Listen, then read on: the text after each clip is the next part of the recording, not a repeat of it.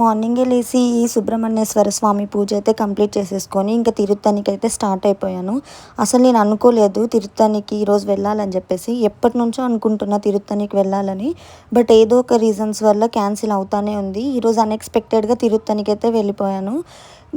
మేమున్న చోట నుంచి తిరుత్తని 60 కిలోమీటర్సే, 1.5 అవర్ జర్నీ అంతే. బట్ కానీ అసలు మేము వెళ్ళాలనుకున్న ప్రతిసారి క్యాన్సిల్ అవుతానే ఉంది.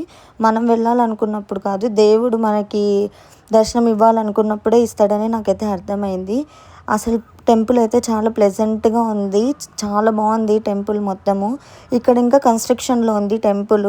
మేము వెళ్ళేటప్పుడు నడుచుకుంటూ వెళ్దాం అనుకున్నాం. బట్ కానీ ఎండ ఎక్కువ ఉండడం వల్ల మేమైతే బస్సులో వెళ్ళిపోయాము. ఇంకా రిటర్న్ వచ్చేటప్పుడు అయితే వెదర్ బాగా కూల్గా ఉందని చెప్పి రిటర్న్ నడుచుకుంటూనే వచ్చేసాము.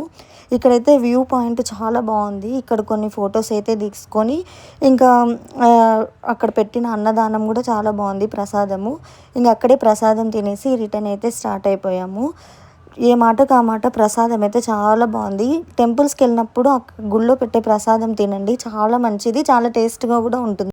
ఈరోజు స్కంద షష్ఠి కాబట్టి చాలా రష్ ఉన్నింది.